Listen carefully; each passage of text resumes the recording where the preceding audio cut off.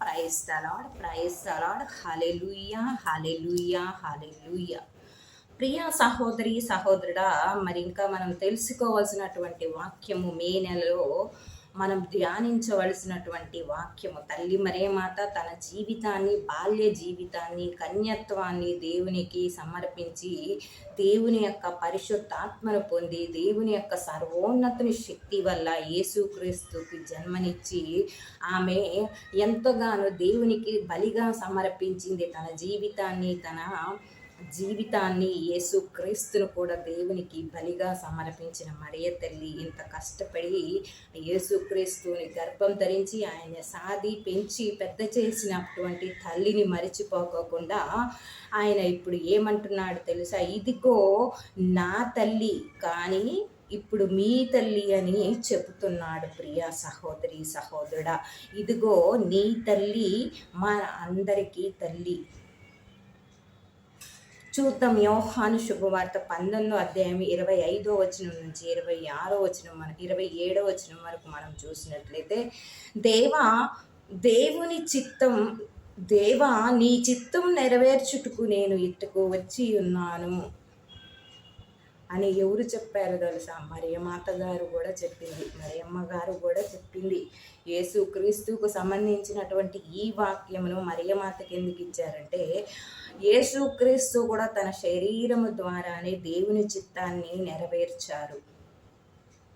మరియ తల్లి కూడా తన శరీరం ద్వారానే మరియ తల్లి గర్భం ధరించి యేసుక్రీస్తుకి జన్మనిచ్చి ఆయన్ని ఈ లోకానికి తీసుకొచ్చింది. అంటే దేవా నీ చిత్తం నెరవేర్చుటకు నేను ఇటుకు వచ్చి ఉన్నాను. ఈ లోకంలోనికి మరియమాత వచ్చింది కూడా ఎందుకో తెలుసా? దేవుని చిత్తాన్ని నెరవేర్చటానికే. ప్రియా సహోదరి సహోదరుడా, అందుకే యేసు శిలువ చెంత ఆయన తల్లియు ఆమె సహోదరి క్లోపా భార్యకు మరియమ్మయు మగ్దల మరియమ్మయు నిలవబడి ఉండిరి.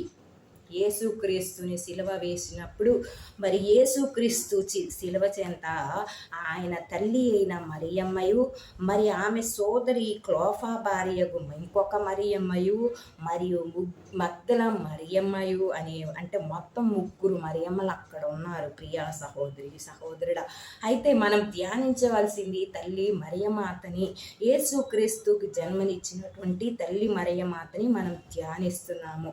ఆయన తల్లి అక్కడ సిలువ చెంత నిలబడి ఉండగా తాను చూసి, తన తల్లియును తాను ప్రేమించినటువంటి శిష్యుడును దగ్గర నిలిచి ఉండుట చూసి యేసు ఇదిగో నీ తల్లి అని చెప్పెను. ఇదిగో నీ కుమారుడు అనేను. ఆ తరువాత శిష్యునితో ఇదిగో నీ తల్లి అనేను. ఆ శిష్యుడు ఆ గడియ నుండి ఆమెను స్వీకరించి తన సొంత ఇంటికి తీసుకొని పోయెను. మరియ తల్లిని మన అందరికీ తల్లిగా ఇచ్చాడు యేసుక్రీస్తు శిలువ మరణించినప్పుడు యేసుక్రీస్తు నేను 3 దినముల వరకు లేవలేను, అంటే 3 దినముల వరకు లేస్తాను, 3 దినాల తర్వాత నేను లేస్తాను. ఈ 3 దినాలు నా తల్లి మరియమాత నాకు జన్మనిచ్చినటువంటి తల్లి ఆమె. కాబట్టి ఈ లోకంలో జోజప్ప గారు లేరు, చనిపోయారు. తల్లి మరియమాత ఒక్కతే ఉంది. యేసు ప్రభు కూడా చనిపోతే తల్లి మరియమాత ఒక్కటే ఉంటుంది. ఆమె అనాథగా విడవబడట ఇష్టం లేక యేసుక్రీస్తు ఆమె వంక చూస్తూ ఉన్నాడు. సిలువలో కూడా ఆమెనే చూస్తూ ఉన్నాడు. ప్రియా సహోదరి సహోదరుడా, నేను చనిపోతే నా తల్లి ఎక్కడ అనాథ అవుతుందోనని ఆలోచించి యేసుక్రీస్తు అనాథ కాకోకుండా ఉండాలి అని మరలా నేను మరణించి 3వ దినమున తిరిగి లేచాక నా ఆత్మతో అందరినీ నింపుతానని తెలిసినటువంటి యేసుక్రీస్తు ఈ 3 రోజులే కాదు, మనకి జీవితాంతము 365 రోజులు కూడా మన అందరికీ తల్లిగా చేశాడు. ప్రియా సహోదరి సహోదరుడా, ఆమె తల్లి మరియమాత అనాథగా అవ్వకోకుండా ఇదిగో నీ తల్లియు అని యోహానుతో చెప్పాడు. తాను ప్రేమించినటువంటి శిష్యునితో శిలువ మీద ఉండి చెబుతున్నాడు, ఇదిగో ఈ నీ తల్లి అని చెప్పగానే ఇదిగో తల్లి అని చెప్పాడు. యేసు తనతో ఇదిగో నీ తల్లి అని చెప్పాడు. అదేవిధంగా ఇదిగో నీ కుమారుడు అని ఆ తల్లికి చెప్పాడు.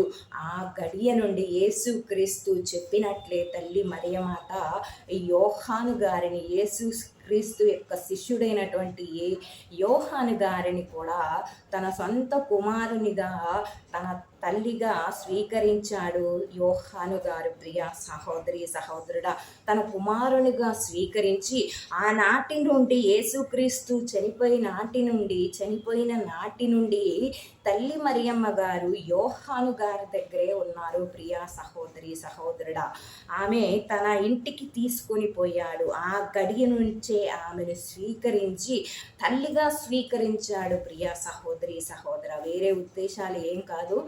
ఆమెని యేసుక్రీస్తు ఎప్పుడైతే ఇదిగో నీ తల్లి అన్నాడో ఆ గడియ నుంచి ఆమెను తన తల్లిగా స్వీకరించాడు. ఎవరు స్వీకరిస్తారు చెప్పండి? ఈరోజు నీ తల్లి అని ఎవరినైనా చూపిస్తే ఎవరి బిడ్డలకి వారే తల్లి అయ్యే, నా బిడ్డలు ఉండగా ఏళ్ళకి తల్లిని అవ్వటం ఏంది అనుకుంటారు. కానీ మరియ తల్లి కూడా ఆనాటి నుంచి, ఆ క్షణం నుంచి తనని యోహాను గారిని తన కొడుకు వలె స్వీకరించి తనతో తన ఇంటికి తీసుకొని పోయాడు. ప్రియ సహోదరి సహోదరుడా, మరి ఆ మరియ తల్లిని యోహాను గారికి తల్లిగా చేయటమే కాదు, యావత్తు ప్రపంచ కథోలిక శ్రీ సభకు తల్లిగా చేసి, మన అందరికీ తల్లిగా చేసి, ఈనాడు క్రైస్తవులందరికీ కూడా మధ్యస్థ ప్రార్థన చేయటానికి తల్లి మరియమాతని మనకి తల్లిగా ఇచ్చారు.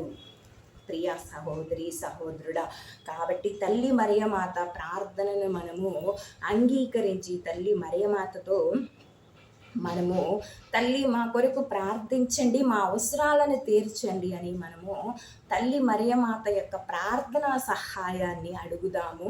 ఆమేన్.